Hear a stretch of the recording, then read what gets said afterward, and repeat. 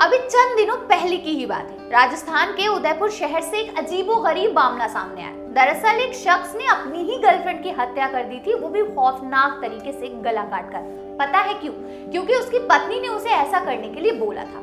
पत्नी चाहती थी कि अपने पति से प्यार का सबूत ले, और अपने प्यार को साबित करने के लिए पति ने अपनी प्रेमिका को मौत के घाट उतार दिया। प्यार का सबूत।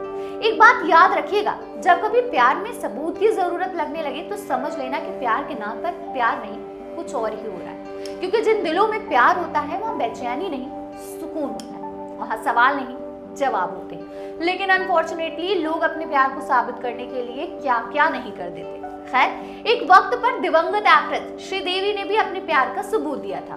उन्होंने किसी का गला तो नहीं काटा, लेकिन हाँ, किसी की कलाइयों पर राखी जरूर बांधी थी।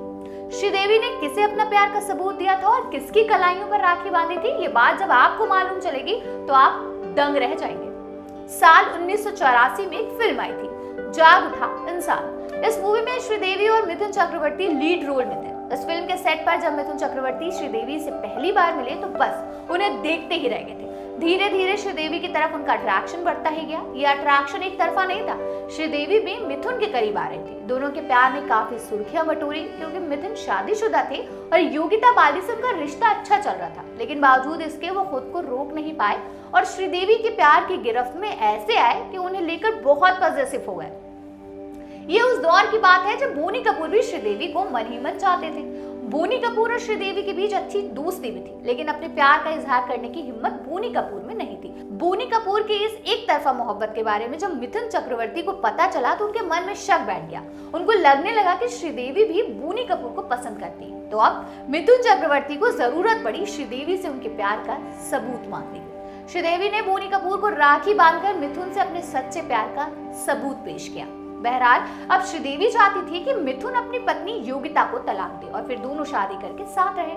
मिथुन ने श्रीदेवी को भरोसा दिया कि वो अपनी पत्नी को तलाक दे देंगे। बी टाउन में तो इस बात की चर्चा होती है कि इस भरोसे की बुनियाद पर मिथुन ने श्रीदेवी से गुपचुप तरीके से शादी भी कर ली थी। अब ये बात कितनी सच है इसका अंदाजा न हमें है और न किसी और को।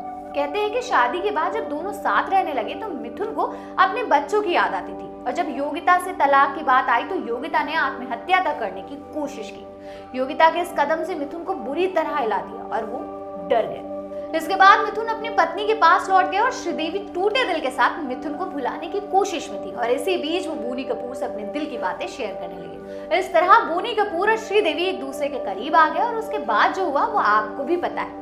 कभी बोनी को राखी बांध चुकी श्रीदेवी उनके इतने करीब आ गई कि वो प्रेग्नेंट तक हो गए, और इसलिए दोनों ने शादी करके अपने इस रिश्ते को एक नया नाम दे दिया।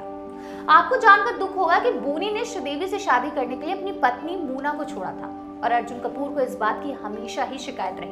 खैर, इंसानी रिश्ते ऐसे ही होते हैं, किसी की खुशी में दूसरों का दर्द छिपा होता है।